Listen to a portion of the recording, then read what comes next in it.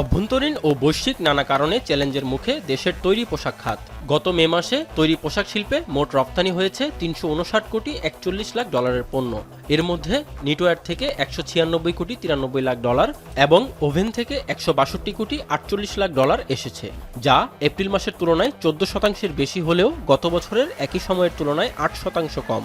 এদিকে গত ১১ মাসে ৩৫.৩১ বিলিয়ন ডলারের তৈরি পোশাক রপ্তানি হয়েছে, যা আগের অর্থবছরের একই সময়ের তুলনায় ৩.৪১% কম।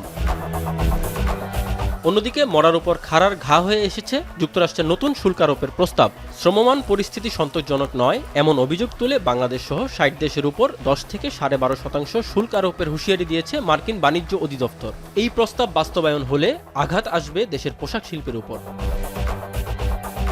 এমন বাস্তবতায় ২০২৬-২৭ অর্থবছরের বাজেট পেশ হতে যাচ্ছে জাতীয় সংসদে। আসছে বাজেটে তৈরি পোশাক শিল্পে উৎসে কর ১% থেকে কমিয়ে ০.৫% এবং নগদ সহায়তার উপর ১০% থেকে কমিয়ে ৫% নির্ধারণের দাবি জানিয়েছে ব্যবসায়ীরা। এআইটিটা আমরা বলেছিলাম 1%-এর জায়গা 0.5% করে আগামী ৫ বছরের জন্য এটাকে ফিক্স করা, আর টিডিএসটাকে বন্ধ করা, কারণ টিডিএসটা তো আরেকজনের কর আমাকে দিতে হচ্ছে।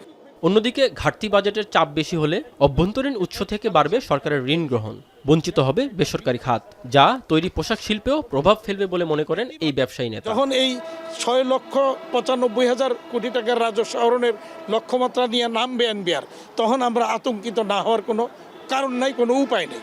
কারণ আমাদের উপরই আমরা মনে করছি চাপটা বাড়বে, আমাদের উপরই জুলুম অত্যাচারটা বাড়বে। এদিকে রপ্তানি মূল্যের পরিবর্তে আয় বা লাভের উপর কর আরোপের পরামর্শ দিয়েছেন অর্থনীতিবিদরা।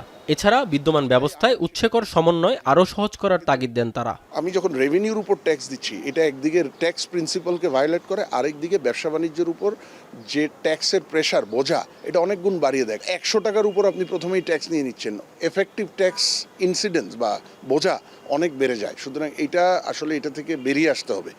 রেভিনিউর উপর ট্যাক্সেশন করানো যাবে না। আর বেরিয়ে আসার আগ পর্যন্ত যতদিন এটা থাকবে, ওই যে সমন্বয় করা বা ট্যাক্স ক্রেডিট, এই ধরনের ব্যবস্থার প্রচলন করতে হবে। মধ্যপ্রাচ্য সংকটে জ্বালানি সরবরাহ ব্যাহত হওয়ায় টালমাটাল বিশ্ব অর্থনীতি। এমন অবস্থায় তৈরি পোশাক খাতের প্রধান দুই গন্তব্য ইউরোপ ও আমেরিকার বাজারে ক্রয়াদেশ কমে যাওয়ার ঝুঁকি দিন দিন বাড়ছে। তাই তৈরি পোশাক শিল্পকে শুধু নীতি সহায়তার উপর নির্ভর না করে দক্ষতা বাড়িয়ে প্রতিযোগিতা সক্ষমতা ধরে রাখার চ্যালেঞ্জ নিতে হবে বলে মনে করেন অর্থনীতিবিদ ও খাত সংশ্লিষ্টরা। রাজীব হোসেন, এখন, ঢাকা।